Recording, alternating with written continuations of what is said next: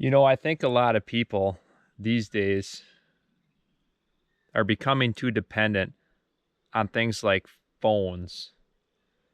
Sometimes it's almost as if people have forgotten what it means to simply be a human. Recently, had some car trouble in the middle of nowhere. It was in a place where my phone had 0 bars. I wasn't able to call anybody.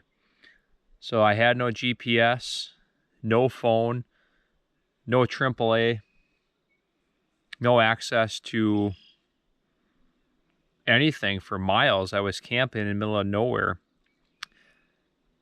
And in that moment, the dream of off-grid living becomes kind of quiet. It can even become scary at times if you don't have a plan. Today I'm talking about why self-reliance actually can mean knocking on someone's door or being able to ask somebody for directions.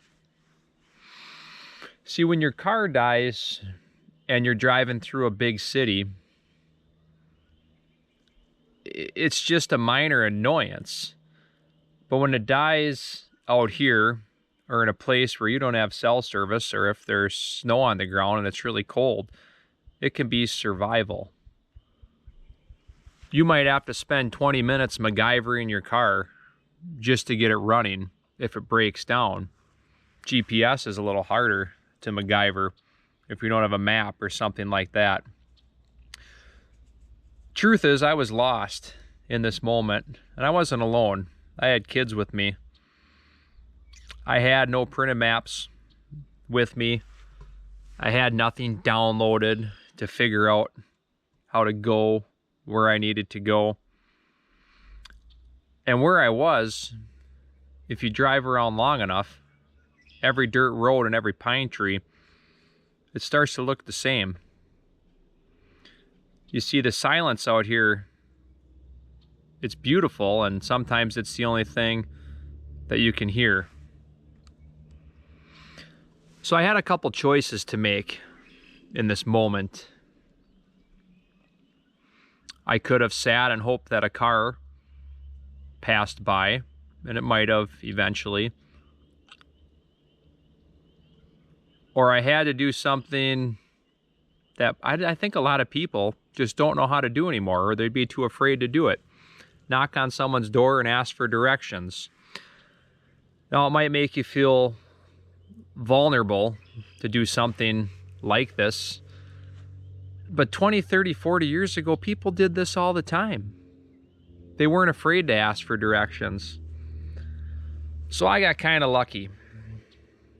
I was near a state park, and that state park was open. So I was able to pull in. I brought my guests with me that were there. We had a good chuckle with the lady behind the counter. She was probably like 60 years old or so, so you can tell that she had given directions before. But it had been a while, because I walked into that ranger station and I said, "Hey, I'm lost. I need to get back to this city. My GPS broke. My phone gets no service, as you know, out here in the middle of nowhere." And she chuckled and she said, "You know what? Nobody's asked me for directions in over a decade." She said, "Maybe longer." So we had a good chuckle together. We talked about how people used to ask for directions all the time, but it's not done as much anymore. So luckily she was able to provide me with directions to get back where I needed to go. But I think just a lot of people wouldn't have done that. I don't know if they would have just driven around. It seems like people these days just don't always have a plan when they get in a situation like that. So you've got to learn from things like this in life if you live out in the middle of nowhere.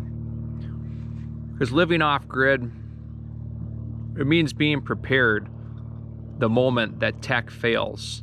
Because at some point, your tech is going to fail you. It's not a matter of if, it's when, and you need to learn how to improvise when that happens. You need to think about gear that you have. I was pretty dumb to be traveling in this unknown area without a paper map. You should have one in your car.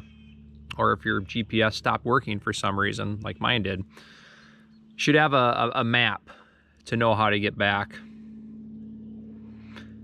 And you need to be humble. You can't be too prideful to simply stop and knock on someone's door and ask for directions.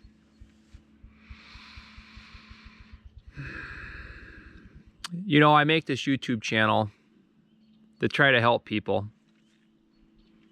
I try to give people some advice in a community that maybe they want to get into this lifestyle. I'm curious, what's one piece of tech that you would be afraid to be without in the middle of nowhere with 0 bars on your phone? What would that be? And what would you do if it failed? This is Survival the Beardist, and I'll catch you in a few more days.